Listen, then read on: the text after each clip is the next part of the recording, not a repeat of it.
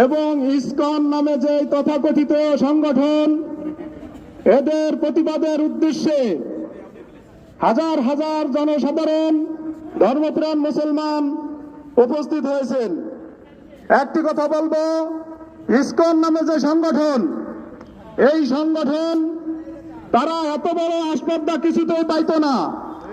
এদের পিছনে রয়েছে পতিত স্বৈরাচারের দোসর। আলিফকে হত্যা করে নাই, এই দোসররা 9 সাল থেকে হত্যার রাজনীতি করে আসছে, রক্ত রঞ্জিত করে আসছে। বিডিআর হত্যার মধ্য দিয়ে তারা খুনের রাজত্ব কায়েম করেছে। 2013 সালে শাপলা চত্বরে হেফাজতে ইসলামের শত শত আলেম ওলামা ছাত্রদেরকে হত্যা করেছে এবং ক্ষমতায় আসার পর থেকে বাংলাদেশ জামাত ইসলামের হাজার হাজার লোককে তারা